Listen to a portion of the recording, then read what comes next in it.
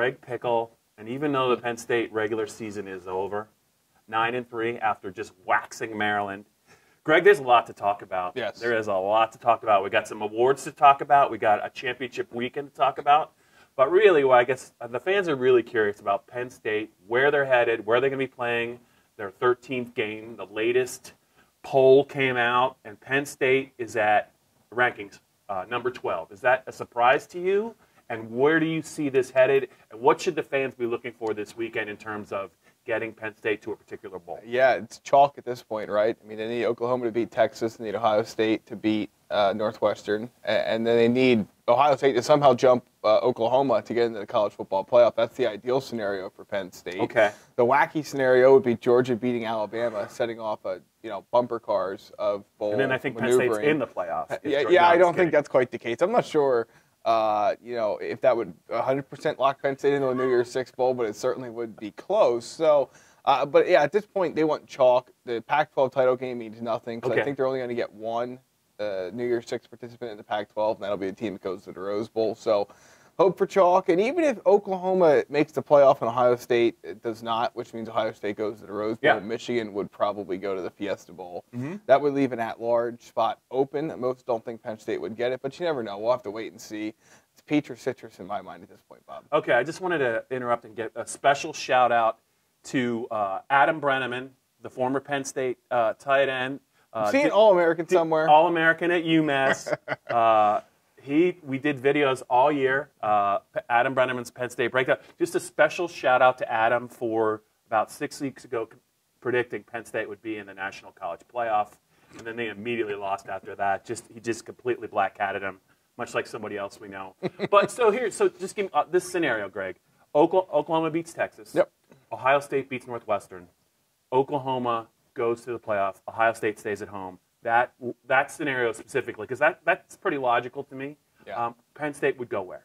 At that rate, it would depend, I think, on whether anybody moves around based off of how things play out. The committee values a resume of one team over another based on the conference championship fallout. And, of course, Penn State would need Clemson to beat Pitt, too. I couldn't remember who was playing in that barn burner. But, yeah, but in the scenario you just mentioned, I think – I don't know. It depends who you talk to. There's a lot of people who think Penn State's pretty much locked in to go to the Peach regardless. The one problem here is that the Sugar Bowl is a Big 12 contract bowl. So if Oklahoma goes to the playoff by beating Texas, Texas then gets an at-large spot in the Sugar Bowl because it's a contract spot as a Big 12 team. So that's where Penn State's sort of losing out because then that funnels some teams down into the Peach Bowl. So, but at the end of the day, you just have to root for chalk. I think that if that scenario, I think it leaves Penn State in the Citrus Bowl. They could get pumped into the Peach Bowl still.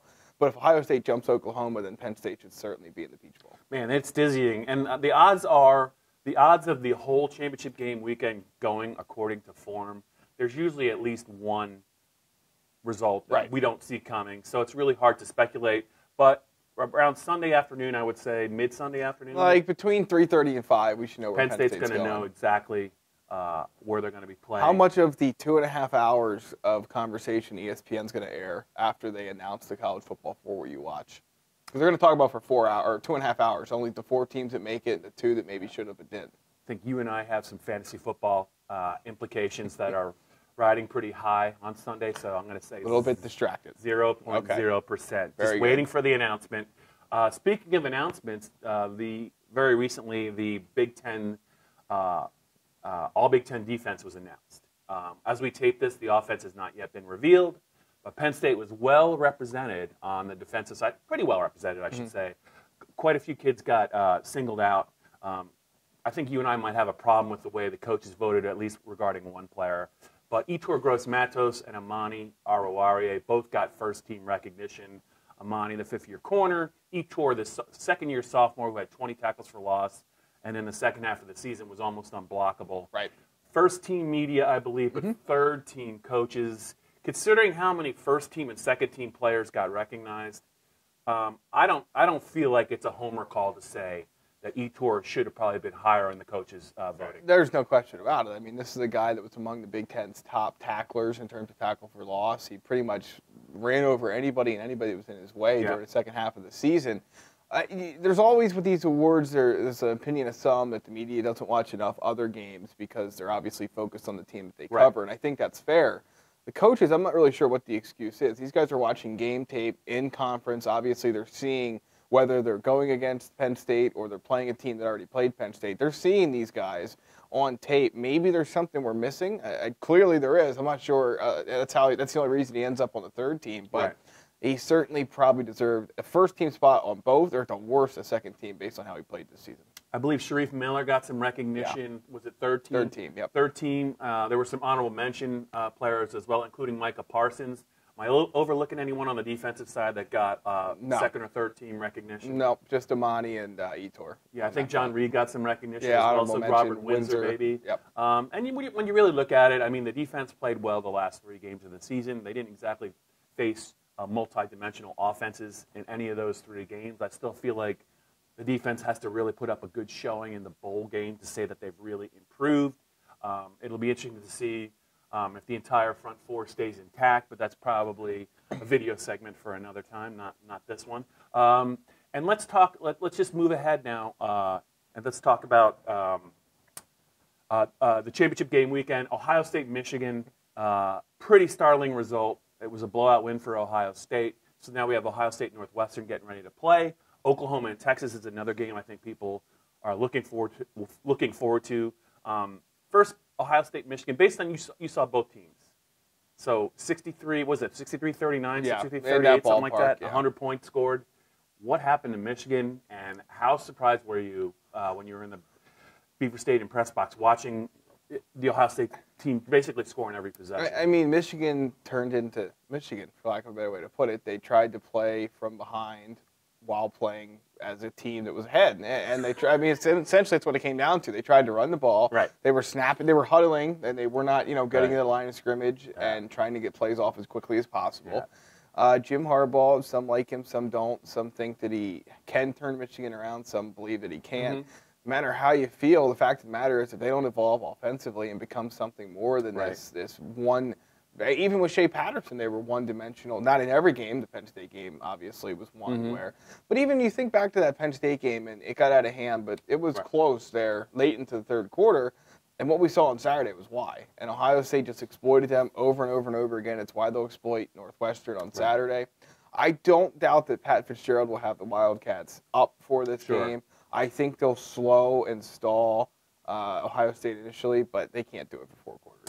Yeah, and looking back on it, Ohio State, this was the most balanced offense that Michigan's defense had faced all year. Michigan was really good, I think, at getting after people and stopping the run, but with Haskins and his quick release and the Ohio State offensive line functioning well at home, and they had the receiving core, I think, to make plays. When Penn State went into Ann Arbor, their receiver core had been really inconsistent, other than KJ Hamler, and I just don't think they could really threaten the Michigan's defense through the air. And I thought that was a big key to the game.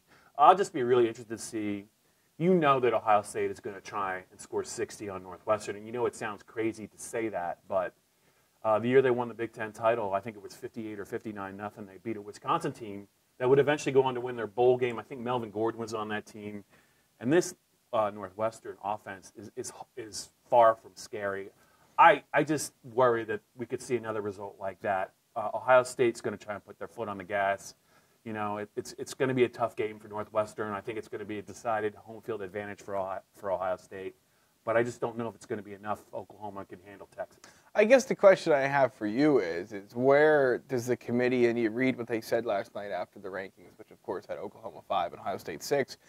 At some point, will they continue to say the historic Oklahoma offense is enough to balance out what quite possibly is a historically bad defense? Or will they say Ohio State, which maybe is a little bit more balanced but has a loss to Purdue on their schedule, will that influence things at all? And I guess I don't know what it's going to take for Ohio State to jump Oklahoma, but I feel like it's going to have to be pretty extraordinary, whether that means Texas beats Oklahoma or whether some kind of fluke play leads to an Oklahoma win and Ohio State blows out Northwestern. That's about the only thing I could see. I would say, maybe 90-10 that Ohio State jumps Oklahoma. I just don't see it.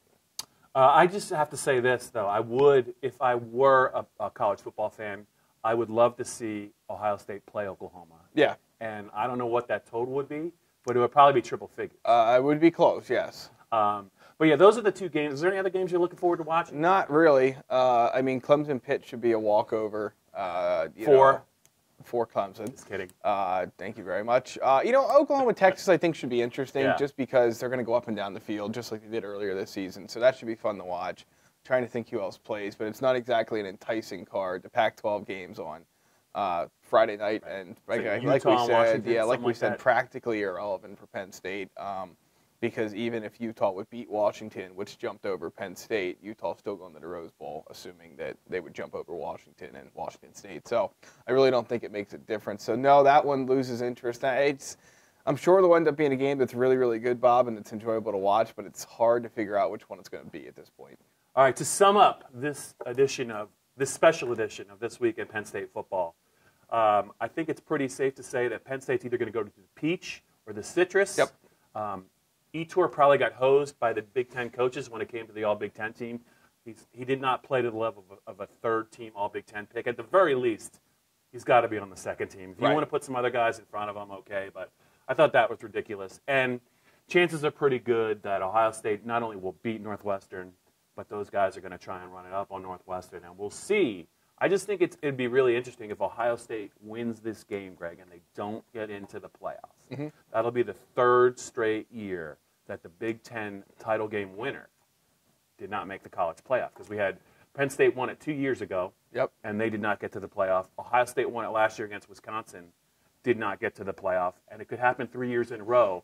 And we talked about it before the season. Like, at what point does Jim Delaney say, what do I got to do? Right. How do we got to structure this so that our Big Ten championship game winner is an automatic entry into the playoff? Because this is a marquee conference, and they could get shut out 3 years in a row. And think about the fact that they expanded to get Rutgers and Maryland in for that footprint to be more of a marquee conference. And it still doesn't matter, Bob. All right, well, we both survived the season. We both survived Turkey Day. Now we anxiously await to see where Penn State's going to play their bowl game.